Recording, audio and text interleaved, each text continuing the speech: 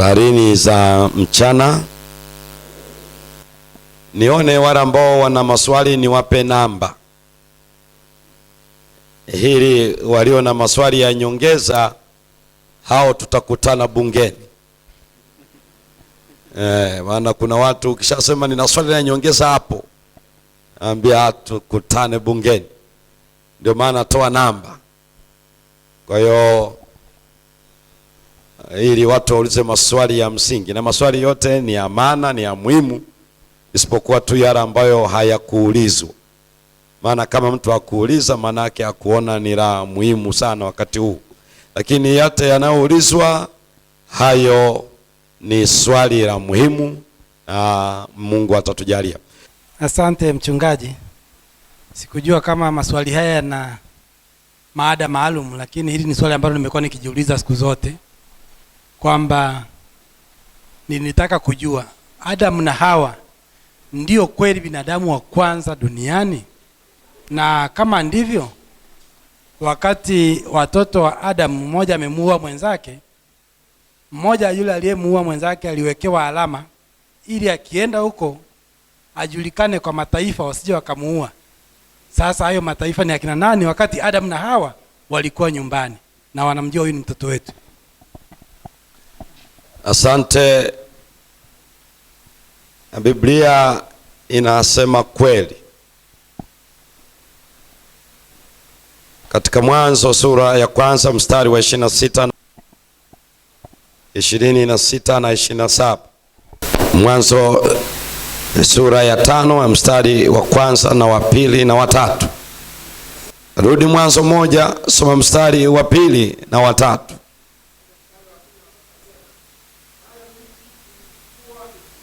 Nchi ilikuwa ukiwa tena utupu wa uso wa vilindi vya maji, katulia juu ya uso wa maji.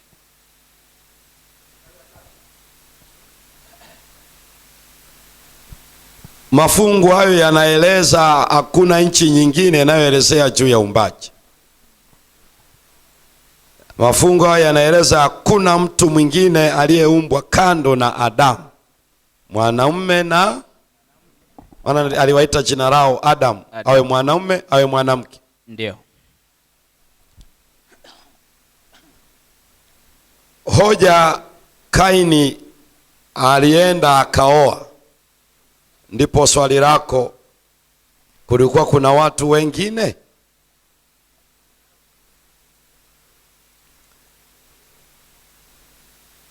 Katika kitabu cha Mwanzo hakiko hasa kutueleza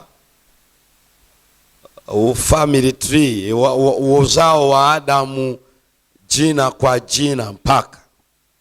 Hapana.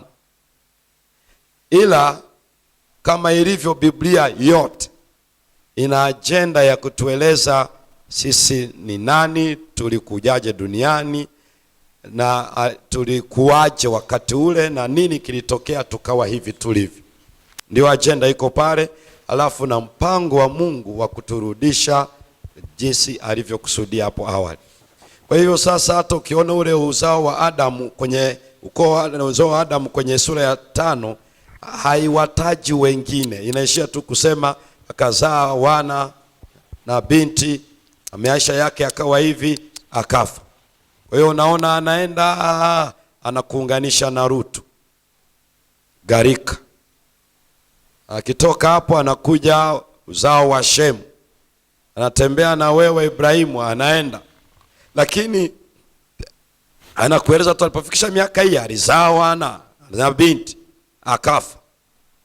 Kwa hivyo haiko hasa kukuelezea na kunielezea mimi vilivyomo A mpaka Z, ila ni kile chochote kilichounganika na mpango wa ukombozi na juhudi ya Mungu ya kumwokoa mtu mmoja mmoja inavyodhihirika.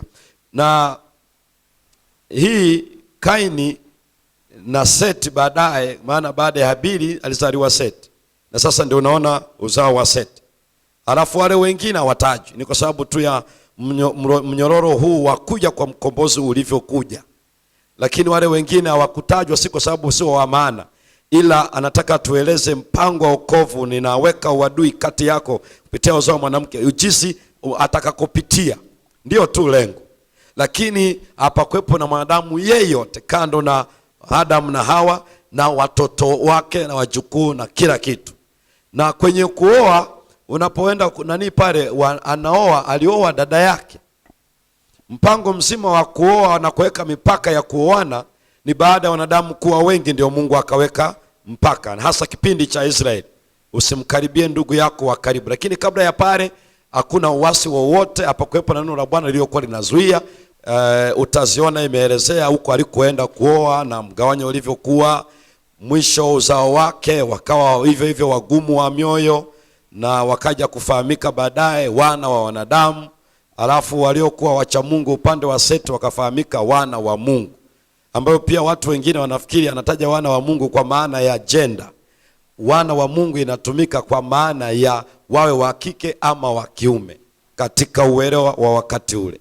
Kwa hivyo alioa miongoni mwa hao familia ya Adam, ila sasa hawakukuorodhesha ilikuwaje mgawanyiko, wengine wakakaa kule, wengine wakakaa kule.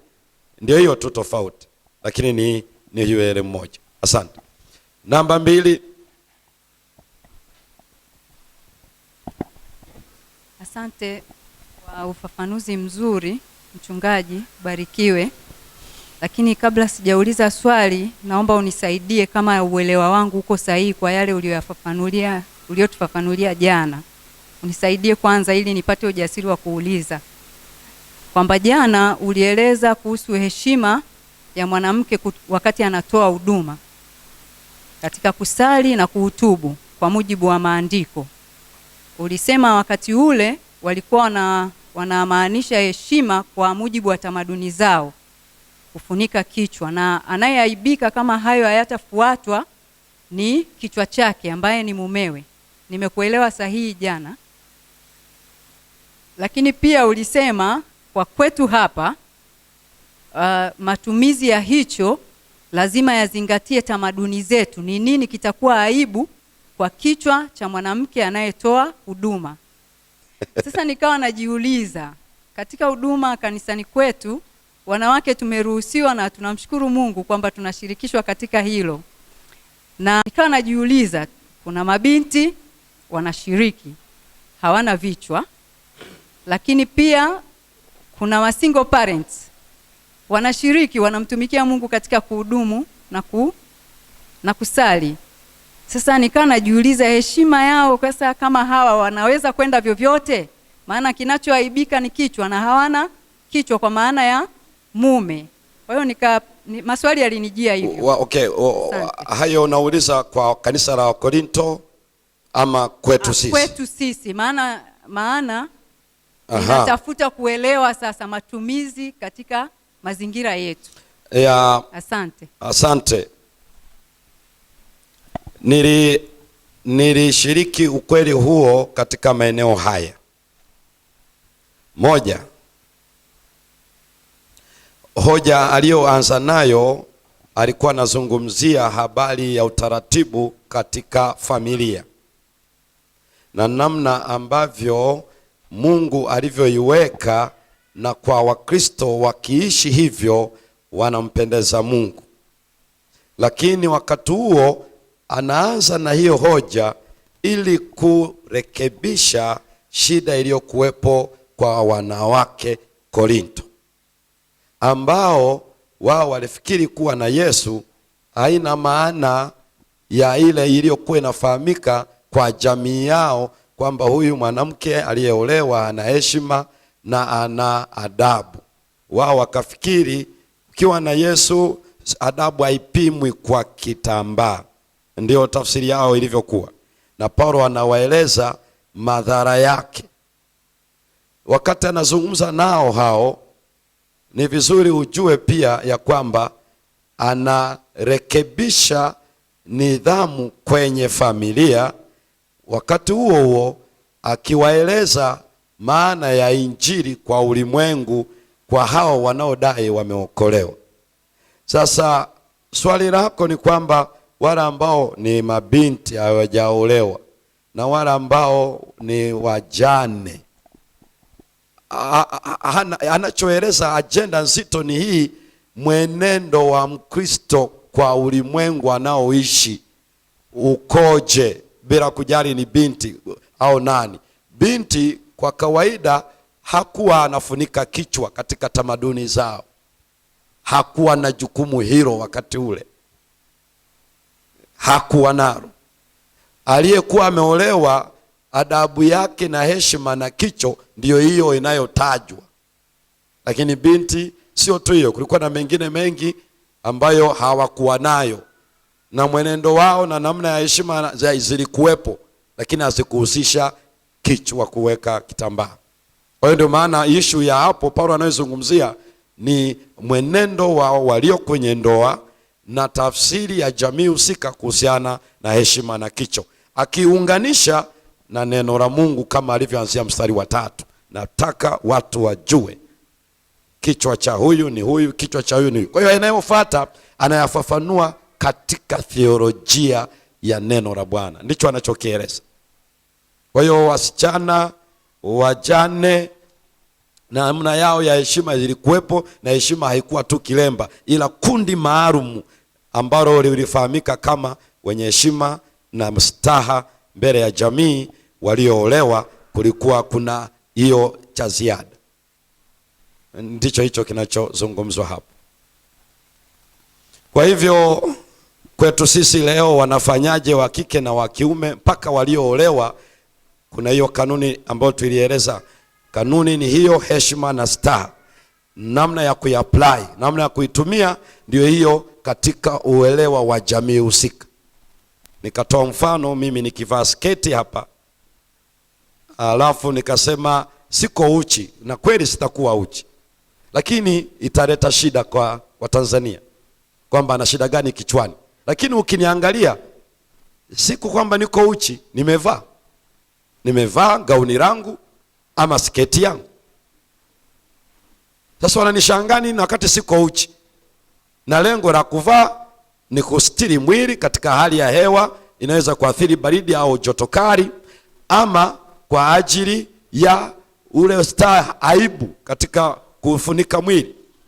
Sasa kama mimi nimevaa sketi na hakuna maana niko uchi, lakini bado watanishangaa ama watanishangaa? Wananishangaa na siko uchi. Hicho ndicho anachokieleza kwamba wawe wa kike leo, wawe wa kiume leo, wawe wazee, wawe vijana, ile namna ya kufahamika kwamba hawa wana adabu na staha, watu wa Kristo wenye heshima, na ambayo pia jamii inajua ndio heshima namna hiyo. Kwa mfano leo ukavaa, ni mvulana amevaa inaishia kwenye makalio suruali, mtu yeyote mwenye akili timamu ataona huyu ana adabu nzuri, lakini hayuko uchi, amechomekea, shati inaonekana na suruali imeishia kwenye makalio. Na ndio maana tunawaambia vijana kuwa na Yesu na unaweka maswali namna hiyo, vina collide, vinapingana na kile unachodai wewe ni mtu wa heshima na nidhamu mbele za Mungu na jamii, vinapingana. Ndio tofauti iliyoko hapo. Haya, naweza nikavaa nguo lakini nimekunja, yani chukulia mimi hapa niko hapa ninahubiri na kama nafundisha hivi, lakini nimekunja suruali yangu. Yesu anakuja, mniambie ninyi mnaathirikaje? Kwani hapa niko uchi, lakini suruali moja nimekunja na nyingine nimefanyaje? Wanajua huyu kuna kitu kinaendelea. Hiki ndicho kinachosemwa. Ama ninahubiri hapa, nimefungua visikizo vyote hapa, kifua kiko nje, lakini nimekomaa. Hii ndio tofauti inayoonekana, na hii ndio inayoelezewa pale kwamba leo heshima na adabu mbele za Bwana, heshima na adabu mbele ya jamii.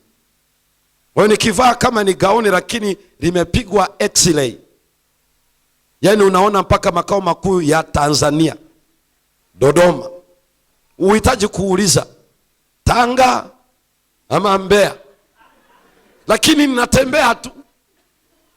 Sasa kama huo ndio mwonekano, mtu yeyote mwenye akili timamu wala hahitaji kuwa Mkristo wa kuona kuna shida kwa huyu mtu. Kwa hiyo ninapoenda kununua nguo dukani, ninajua napoivaa kwanza inastiri mwili, lakini mbili kwa maana ya kuficha uchi, lakini mbili inalinda afya yangu, tatu inaleta adabu na heshima kwa watu na mbele za Bwana. Kama hayo maswali hayajibiwi kwenye hilo vazi, basi kutakuwa kuna shida, bado injili haijaniumba upya, ndio itakuwa shida. Sijui mama kama tumeelewana. Asante. Namba 3.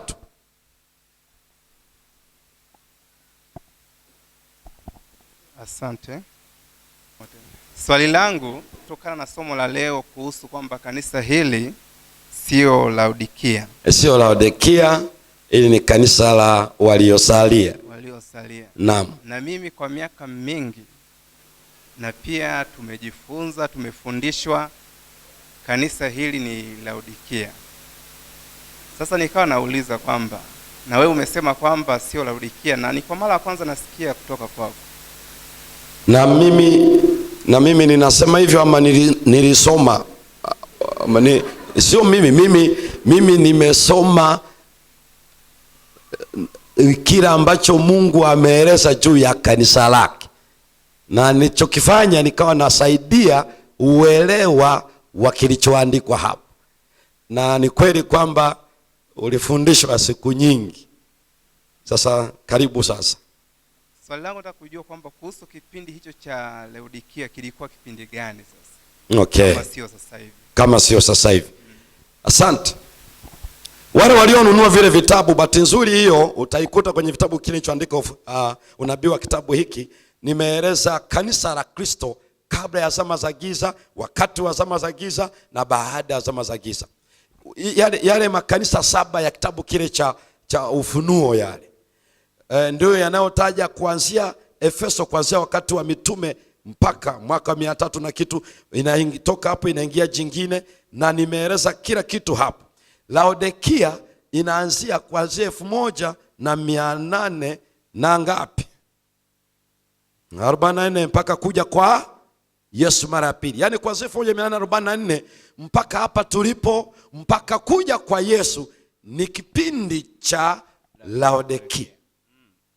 Sasa hapa ndipo watu wengi waliotufundisha kwamba Waadventista wa Sabato ni Laodikia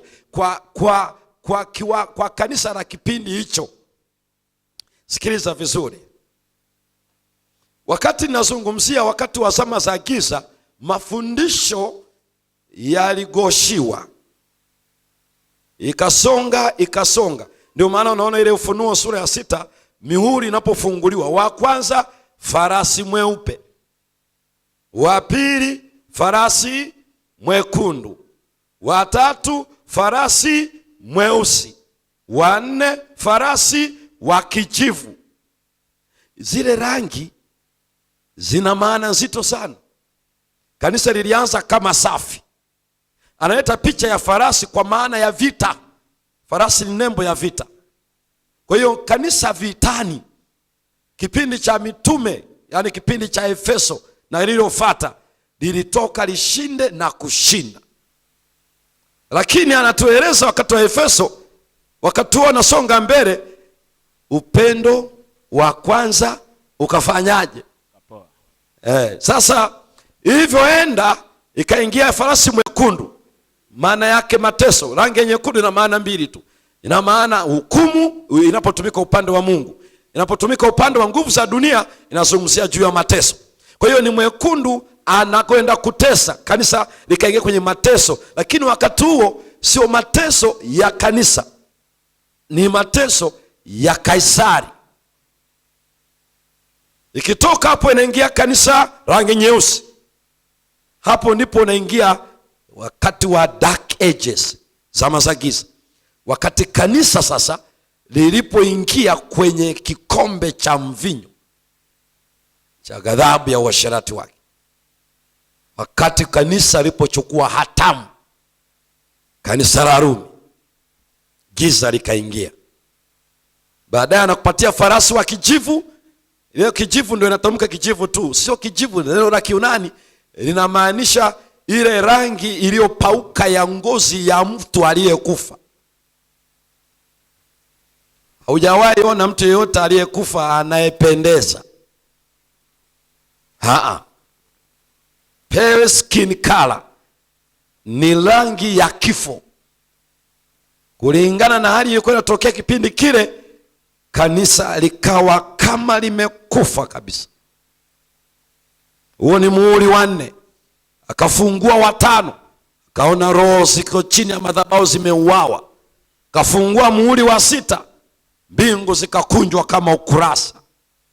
Sura ya 6 hiyo ikamalizia na swali zito: tufunikeni, tusitirini dhidi ya ghadhabu yake yeye aketie, nani awezaye kusimama?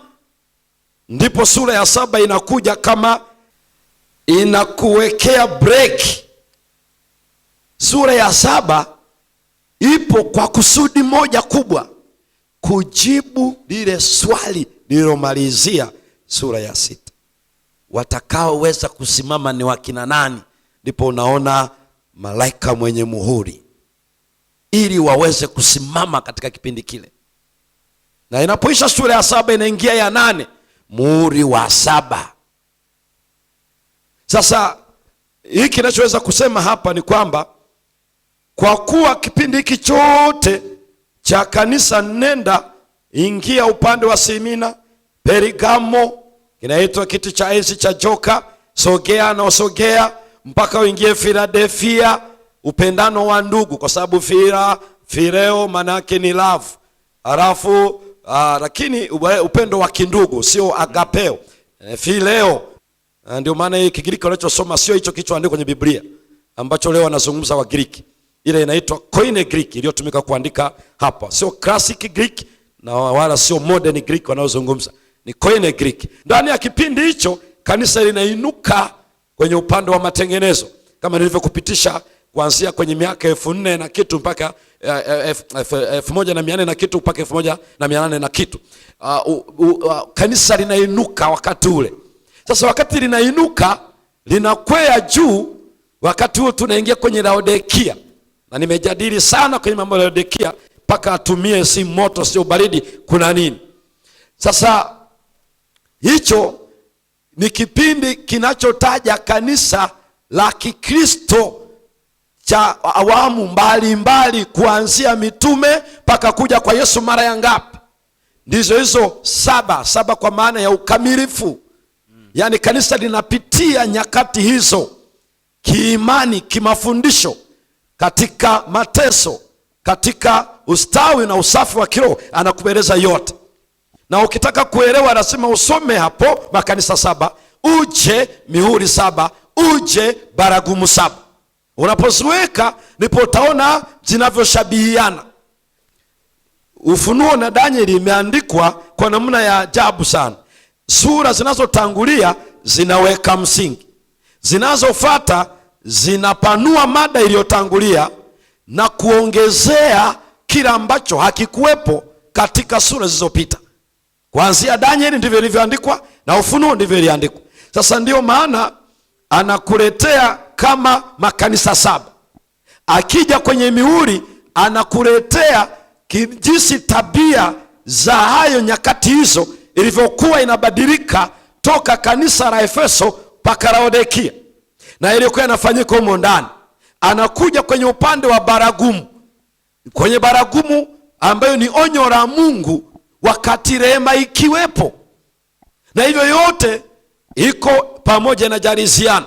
Sasa kwa kuwa ni nyakati 7 za kupita kwa kanisa mpaka kuja kwa Yesu, hii ndio imefanya watu wafanye hitimisho haraka. Waadventista wa Sabato ni Laodikia? Hapana, kwa sababu ifuatayo. Moja, wakati Laodikia ni jumla ya uelewa wa kipindi cha kanisa la Kikristo la wakati huo, kwa 1844 mpaka kuja kwa Yesu. anakurudisha Ufunuo 12, ndani ya kanisa hilo atachomoa kundi linaloitwa waliosalia. Sio, unanisikiza vizuri? Hii wanatoka ndani ya kipindi cha Laodikia, kinao wajibu maalum kuiambia Laodikia asifikiri ni tajiri, asifikiri ana macho ya kuona, ajue yu uchi, yu masikini, tena anayehurumiwa, aone lile karipio, aone onyo. Sasa ili ifanyike, Mungu anayejua ameita waliosalia, wenye sifa kuanzia Efeso, na waliosimama bila kujali kifo, waliouawa, watu waliosimama kwa ajili ya ushuhuda wake. Hao amewatoa ndani ya kipindi hicho cha kanisa la wakati wa mwisho, wapeleke ujumbe huo kwa Wakristo na wasio Wakristo. Sasa ngoja nikwambie kitu kimoja. Naomba ule mwongozo upo wa kanisa. Naomba hapo, maana unajua watu wengi hawajui nini kimeandikwa hapa. Ule mwongozo, hebu fungua pale kwenye imani ya misingi 28. Nataka nieleze tofauti kidogo uweze kuelewa inavyotajwa hapa. Na ndio maana wale wanaosema hili kanisa la Laodikia hawajajua ni nini. Ndio maana akili kwenye mwongozo imeweka pia ya kutusaidia kujua. Imani za msingi 28. Sasa katika imani ya msingi, imani ya msingi namba 12, hebu usome, sikiliza. Imani ya msingi namba 12 inasemaje? Kanisa ni jumuiya ya waumini. Inasemaje? Kanisa inaitwa kanisa. Sasa sikiliza maelezo ya hiyo imani ya msingi namba 12. Soma. Kanisa ni jumuiya ya waumini wanaomkiri Yesu Kristo kama Bwana na Mwokozi. Ndio. Sambamba na watu wa Mungu wakati wa Agano la Kale. Tumeitwa kutoka ulimwenguni. Ndio. Na tunaungana pamoja kwa ajili ya ibada. Kwa ajili ya ushirika. Tunaungana pamoja kwa ajili ya ibada. 1, 2. Kwa ajili ya ushirika. 3. Kwa ajili ya kujifunza neno la Mungu. Kwa ajili ya kuadhimisha meza ya Bwana. Kwa ajili ya huduma kwa wanadamu. Ndio. Kwa ajili ya kuitangaza Injili ulimwenguni kote. Ndio. Kanisa linapata mamlaka yake kutoka kwa Kristo ambaye ni neno lililoandikwa. Ndio. Ambalo limefunuliwa katika maandiko. Kanisa ni familia ya Mungu iliyoasiliwa naye kama watoto wake. Washiriki wake huishi katika msingi wa Agano Jipya. Sawa. Kanisa ni mwili wa Kristo. Jumuiya ya kiimani ambayo Kristo mwenyewe ni kichwa chake.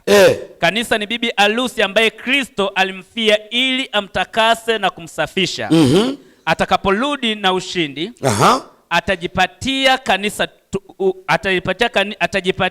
kanisa tukufu, yaani waaminifu kutoka vizazi vyote, walionunuliwa kwa damu yake, wasio na doa wala kunyanzi. Ndio. Bali watakatifu wasio na waa. Sasa hapo huwa mnaelewa ni kanisa gani linasemwa?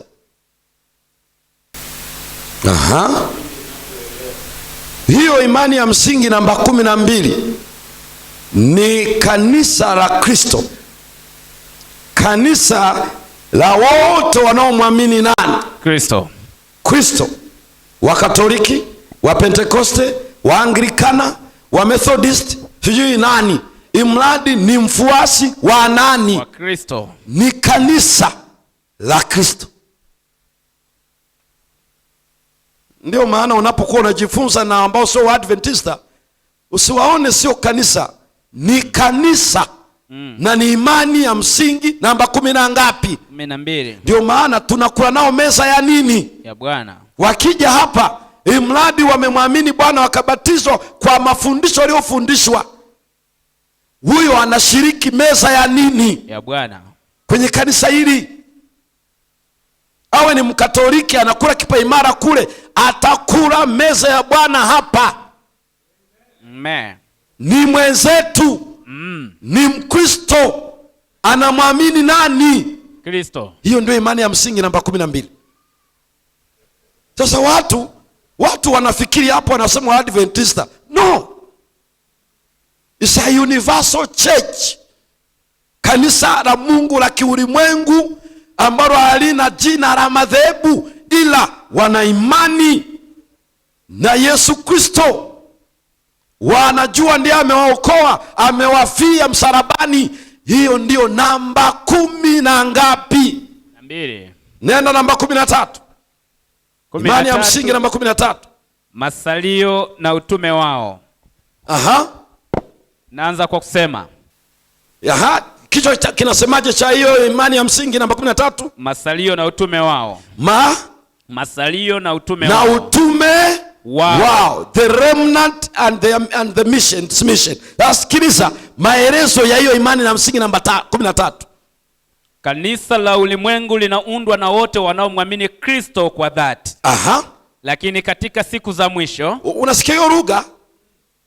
Naomba anza uone wanachoanza nacho hilo. Kanisa la ulimwengu linaundwa na wote wanaomwamini Kristo kwa dhati. Hapo kanisa la ulimwengu anakurudisha imani ya msingi namba 10 na ngapi? 12. Kanisa la ulimwengu linafanywaje msomaji? Linaundwa na wote wanaomwamini Kristo kwa dhati. Wote wanaomwamini Kristo kwa dhati. Na unajua Mungu anao wa madhehebu mbalimbali wanaomwamini kwa dhati. Hawana nuru walioikataa. Walifundishwa, wakaaminishwa, pombe haina shida, hawajajua ukweli, lakini kile walichofundishwa wanakishikilia kwa dhati. Ana watu wake na anawajua. Wanajua Jumapili ndio siku yenyewe. Hawana zaidi ya hapo. Kanisa la ulimwengu. Sasa sikiliza sentensi inayofuata inasemaje? Lakini katika siku za mwisho. Lakini katika siku za mwisho. Kipindi ambacho ni cha uasi kila mahali. Kuna watu waliosalia ambao wameitwa ili wazishike amri za Mungu na imani ya Yesu. Masalio hawa utangaza kuadia kwa saa ya hukumu. Utangaza wokovu kwa njia ya Kristo. Na kutangaza kukaribia kwa ujio wake. Unasikia? Wakati ambapo kuna uasi kila mahali. Wakati ambapo kuna Laodikia kila mahali. Ameita waliosalia. Hata wale waliotufundisha Mungu alijua uelewa wao ukoje. Na ndio maana alijua hata wewe ulielewa kwa uaminifu kabisa, maana ndivyo ulivyofundishwa. Na alijua kwenye siku 10 za maombi Mungu atakuongezea uelewa. Amen. Sasa inachobaki ni hii. Nuru imekuja duniani na watu wakapenda nini? Giza. Lakini usiwe wewe.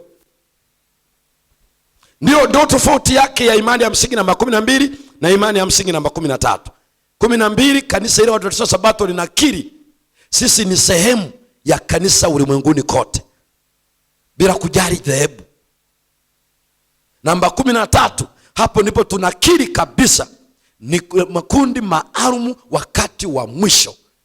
Wakati ambako uasi umeenea kila makanisa mahali, Mungu ameita waliosalia. Komea hapo. Sijui kama nimejibu swali hilo. Asante. Mimi na swali moja ni kuhusiana na Yohana Injili. Yesu anasema mkiniomba, nanyi mkiomba neno lolote kwa jina langu, hilo nitalifanya ili Baba atukuzwe ndani ya Mwana. Sasa kwa nini aseme kwa jina langu? Na how comes wale watu wa zamani walikuwa wakiomba kwa jina la Mungu au la Yesu? Na kama walikuwa wakiomba kwa jina la Mungu, je, Yesu tunavyosema kwamba tangu mwanzo alikuwepo, inakuweje hivi? Yaani swali lako ni kuona kwamba Yesu ameanzisha kitu kigeni. Maana ndio nataka niweze kujua. Halafu pili, una hakika walikuwa wanaomba kwa jina lipi? Wa Agano la Kale. Hebu niambie uhakika uliofahamu wewe. Walikuwa wanaomba kwa jina la nani? Mimi siwezi nikajua kwa sababu walikuwa wanaomba. Lakini sasa kama huwezi kujua, una wasiwasi gani na anachosema Yesu sahihi? Mimi nikajua una uhakika Agano la Kale, ila unaona kama Yesu anaanzisha kitu kipya. Swali lako linafitinika.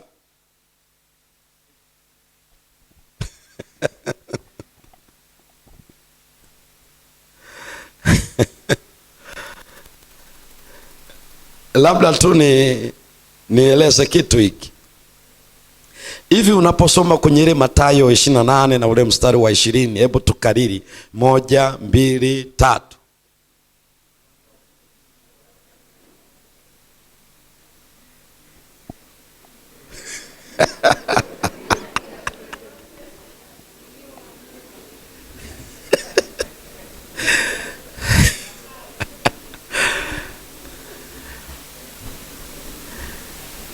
Sawa, hata mimi nimeelewa mnamaanisha nini.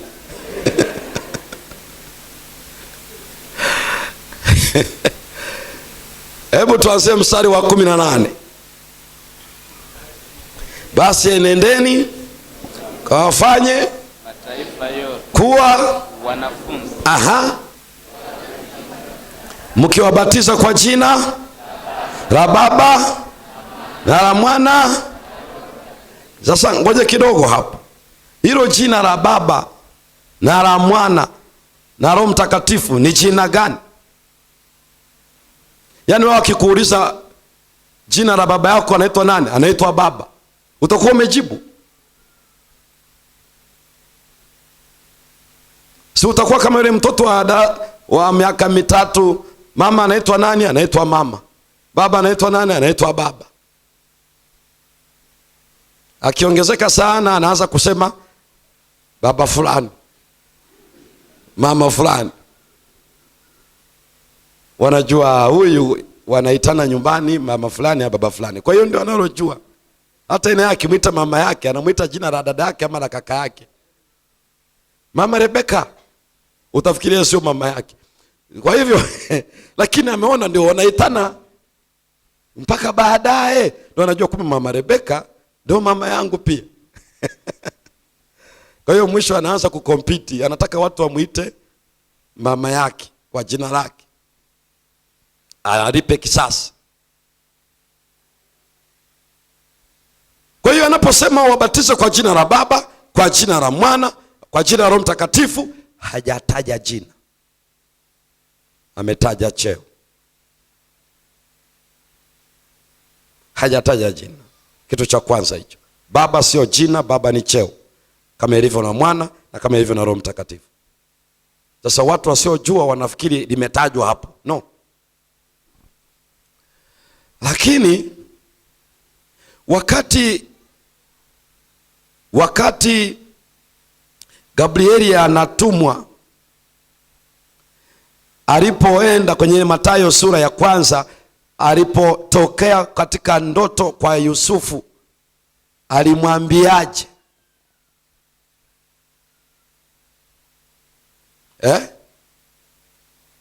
Atazaa mwana, ataitwa jina lake nani? Maana ndiye atakaye okoa watu na dhambi zao. Hilo neno Yesu si hilo. Yesu ni neno la Kiebrania lililofupishwa, linaitwa Yehoshua. Bwana ni wokovu. Lile neno lina herufi ndani yake ambalo Mungu alimwambia Musa kwenye Kutoka 3 mstari wa 15.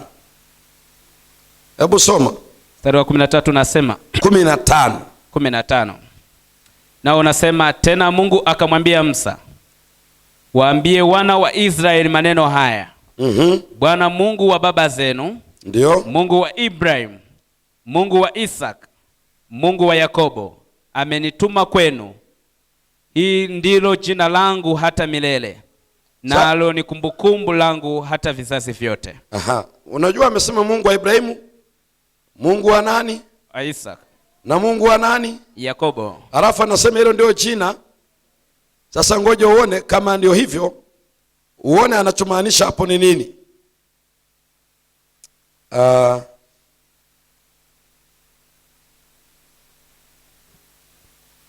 Nenda sura ya 6. Soma mstari wa 2, wa 3. Wa 2 na wa 3. Mstari wa 2. Kisha Mungu akasema na Musa akamwambia, mimi ni Yehova. Mstari wa 3. Nami nilimtokea Ibrahim na Isaka na Yakobo kama Mungu Mwenyezi, bali kwa jina langu Yehova sikujulikana kwao. Unaposikia neno Mungu Mwenyezi katika lugha ya Kiebrania ni El Shaddai. El Shaddai ni tofauti na Yahweh. Na anasema kabisa hawakunijua kwa jina hilo. Mimi ni Yehova. Ina herufi 3 tu. Maana lugha ya Kiebrania imekuja kuwekewa hizi zinaitwa vowel. Kiswahili wanazihitaji hizi? A, E, I, O, U. Wanazihitaji Kiswahili? Irabu. Lakini kabla ya hapo ilikuwa ni consonant tu.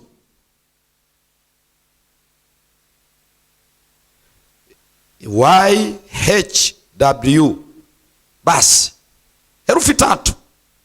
Unaona hapa nasema Yehova ni baada ya hao Masoretics wanatheolojia wa Kiebrania walipoona Waebrania wameshindwa kusoma Kiebrania, ndio waka invent hizo irabu za Kiebrania kuwasaidia kusoma Kiebrania. Lakini haikuwepo hiyo. Haikuwepo. Hii yote Agano la Kale ni consonant tu.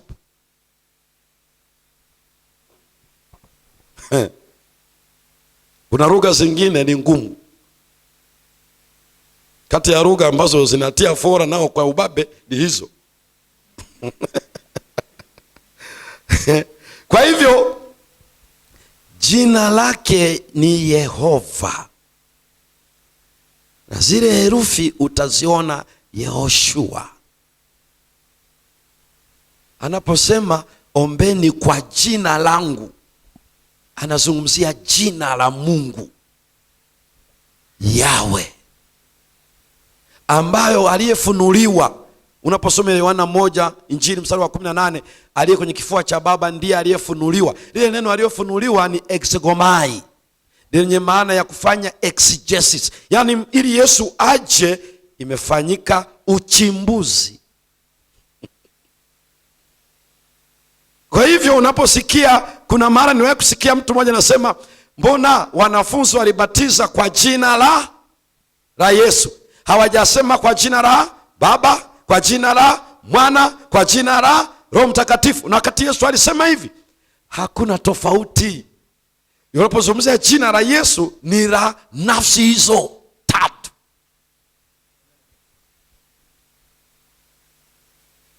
Ila sisi tunafikiri ni la hii nafsi iliyofunuliwa. Ile jina lina cover. Kwa hiyo anaposema mniombe kwa jina langu lolote mtakaloomba, halafu ndio anayosema uwalinde kwa jina lako. Hapa Yesu anasema kwa jina lako uwalinde. Nilipokuwa pamoja nao niliwalinda kwa jina lako. Hilo ndilo waliojiwa Gideoni na mke wa Manoa na Manoa mwenyewe walipokuwa wanadai, tuambie jina lako ni nani? Kawaambia hii biashara ikomee hapa, msiniulizie habari ya jina. Kwa hivyo kuomba kwa jina la Yesu ni kuomba kwa jina la Baba, la Mwana na Roho Mtakatifu. Na kuomba kwa maana hiyo sio kutamka. Maana jina Shem linamaanisha sifa, linamaanisha tabia, linamaanisha ubora. Maana yake uwe ndani ya mapenzi yangu. Ishi mapenzi yangu, sio kuropoka maneno. Ngoja nikupe mfano. Nenda kitabu cha Matendo sura ya 19 mstari wa 11 hadi 16. Mstari wa 11 unasema, nasema Mungu akafanya kwa mikono ya Paulo miujiza ya kupita kawaida. Extraordinary miracles. Eti Mungu alifanya inaupita kawaida. Hata wagonjwa wakaletewa leso na nguo zilizotoka mwilini mwake. Magonjwa yao yakawaondokea, pepo wachafu wakawatoka. 13, baadhi ya Wayahudi wenye kutangatanga nao ni wapunga pepo wakajaribu kutaja jina la Bwana Yesu juu yao. Waliopagawa na pepo wachafu. Walikuwepo watoto wangapi hao? Wakisema na waapisha kwa jina waapisha kwa Yesu. Wanakemea pepo, wanasema na waapisha kwa jina la Yesu. Toka. Na waapisha kwa Yesu yule anayehubiriwa na Paulo. Sasa unaona yule Yesu anayehubiriwa na nani? Na Paulo. 18. Walikuwepo watoto wangapi? Walikuwako wana 7 wa mtu mmoja Skewa Myahudi. Cheo chake mkuu. Alikuwa kuhani mkuu. Yaani watoto wa kuhani mkuu vijana wangapi? 7 waliofanya hivyo. Wakaenda siku moja kwa pepo. Yule pepo mchafu akawajibu hivi. Akawaambia, Yesu namjua. Na Paulo namfahamu. Lakini ninyi ni nani? Who are you? Unajua huwa nashangaa napoona na kukemea kwa jina la Yesu, toka. Ni rehema tu ya Bwana, sio nguvu za maharage kwa wali.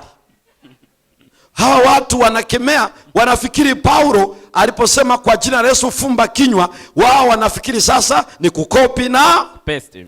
Sasa wako 7 hao. Wasema tunakukemea kwa jina la Yesu anayehubiriwa na nani? Na Paulo. Toka. Pepo akasema subiri kidogo. Yesu namjua. Paulo namfahamu. Ninyi mnatokea wapi? Mnatokea Chidachi au mnatokea Mpunguzi? Wale watu walifanya kitu, hebu soma usikie. Na yule mtu aliyepagawa na pepo mchafu akawarukia wawili. Akawashika wawili. Akawaweza. Akawashinda. Hata wakatoka mbio katika nyumba ile. Walitoka wana maji. Uchi na kujeruhiwa. Wametoka mbio wakiwa uchi na kujeruhiwa. Wamejeruhiwa. Umeona kuona watu wazima wanakimbia wakiwa uchi. Siku hiyo utaisahau. Lakini naye alitaja kwa jina la nani? Walikula mikong'oto. Kuomba kwa jina la Yesu sio kukariri. Ni kwamba mimi ama wewe unaishi chini ya utawala wa Mungu. Amen. Ndio maana anapotoka hatoki kwa sababu yangu Semba, ila yeye aliyo ndani yako ndiye anayetoa. Amen. Na ndio maana lugha ya kusema na kukemea sio wewe. Mwanadamu hawezi kukemea ibilisi. Ndio maana tunaambiwa kitabu kile cha Yuda, ile lesoni iliyoisha ufufuo wa Musa. Biblia inasema Yesu alisemaje? Bwana na akukemee. Lakini sisi washiba wali maharage na kemea kwa jina la Yesu. Wewe ndio unakemea. Hata kama ni dhambi, sikemei mimi wala wewe. Neno ndio linalokemea, ndio linaloonya, ndio linalotakasa. Ni neno. Kwa hiyo sio swala la kuomba lolote mkiomba kwa jina. Maana ya jina, maana yake ndio hiyo kwamba unatumia ubini. Sanemu. Mimi naitwa Paul Semba. Hilo Paul Semba maana yake ninajitambulisha ni wa kule. Maana yake niko chini ya authority ya familia hiyo. Kwa hiyo ninaposema mimi ni Mkristo, sanemu hiyo, hilo jina hilo, maana yake ninaishi chini yake. Kwa hiyo ninapokutana na nguvu za giza, siembei naambia hapana, ninaita uwezo wa lile jina ambalo mimi ninaitwa kwalo. Ndiye aje afanye. Na niwaambie kitu, ni aibu kubwa mno, eti mapepo yanasumbua Wakristo leo mpaka wanakata rufaa, wanasafiri kwenda pwani. Huko panashindikana, wanatafuta mwinjilisti kutoka mahala, nayo inashindikana, wanahama wanaenda kwa mchungaji sijui Semba. Pepo linakutembeza hivyo. Na najua kichaka tunachojificha, kila mtu ana karama.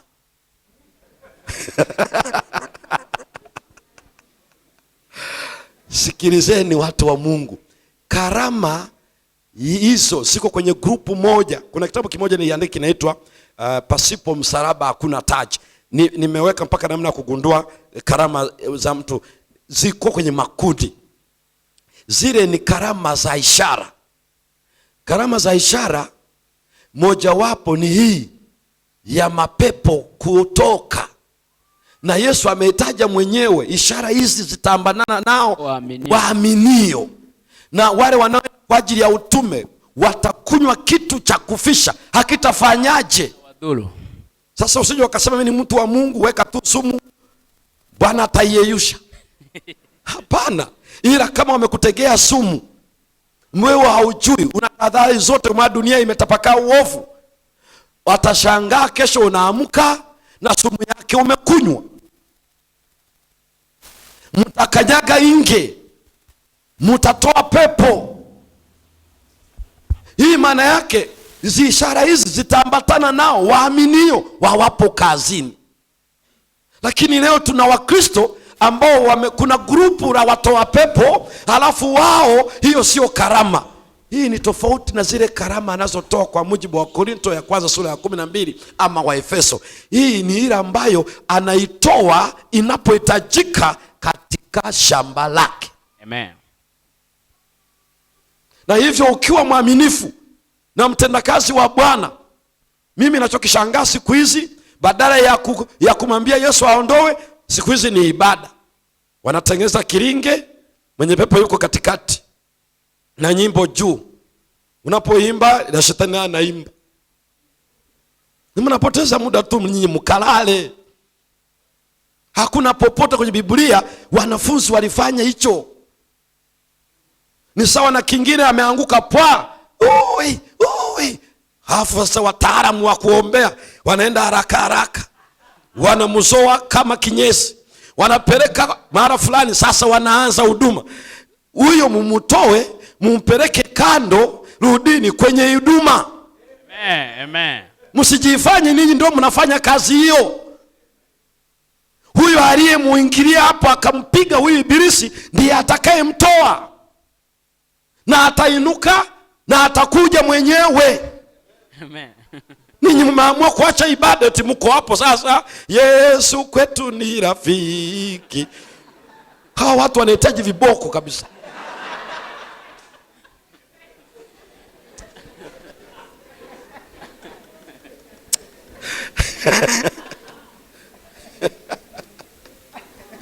Hakuna.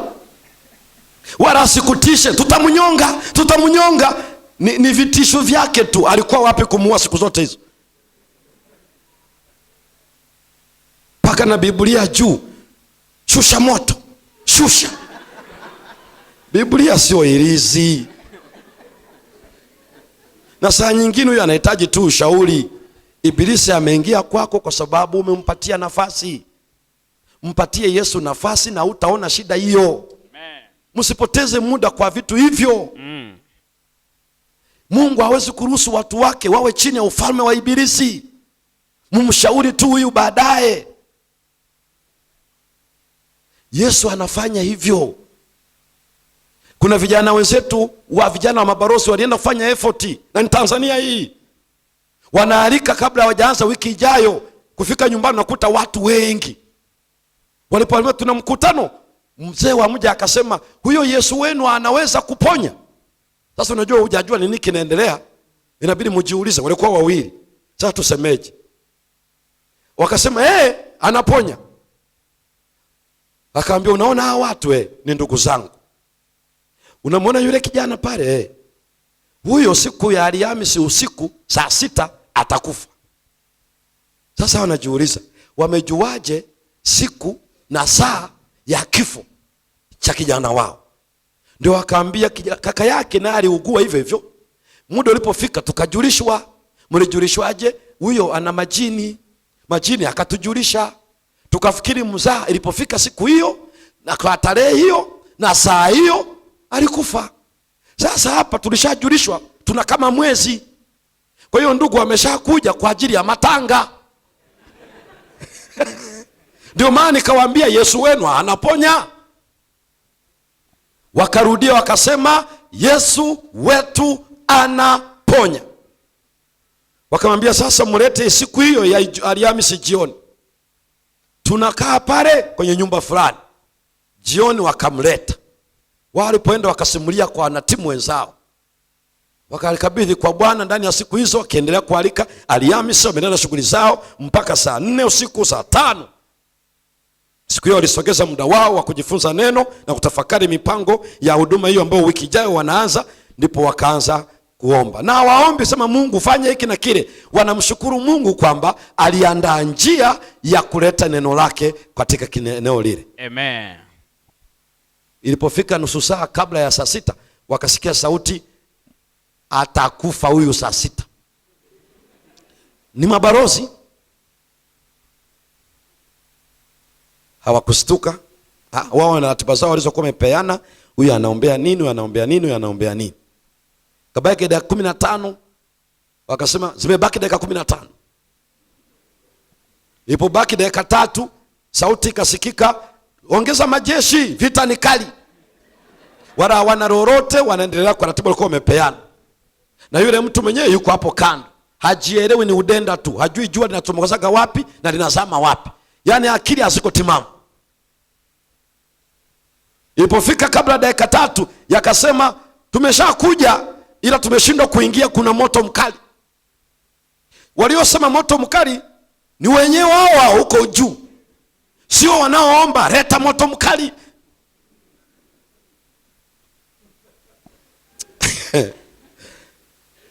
Saa nyingine mbingu zinatuhurumia kwa kweli kabisa. Kana kwamba hiyo vita ni ya kwetu, sio ya kwetu ile. Ilipofika saa 6 kamili alianguka, kajinyosha kabisa. Wenyewe waliendelea tu kuomba, maana walikuwa bado mwingine kwa ratiba ya mambo walikuwa wanayaombea. Walipomaliza Amina akainuka na yule mzima, wakampa msosi akala, mswaki akasukutua, kampeleka bafuni maji akaoga. Asubuhi na mapema wameandamana familia nzima kwenda kuchukua maiti. Utafikia wanaenda mochwali.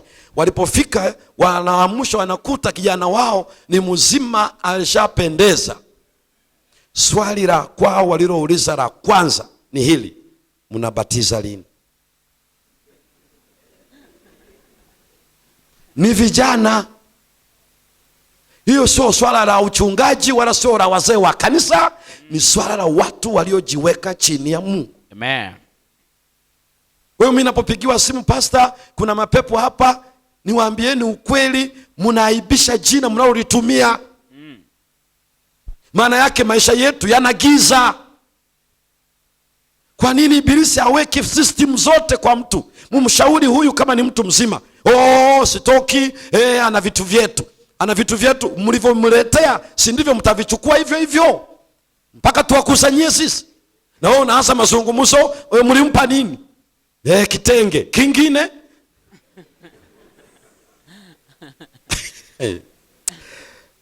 Huo ni upungaji wa mapepo.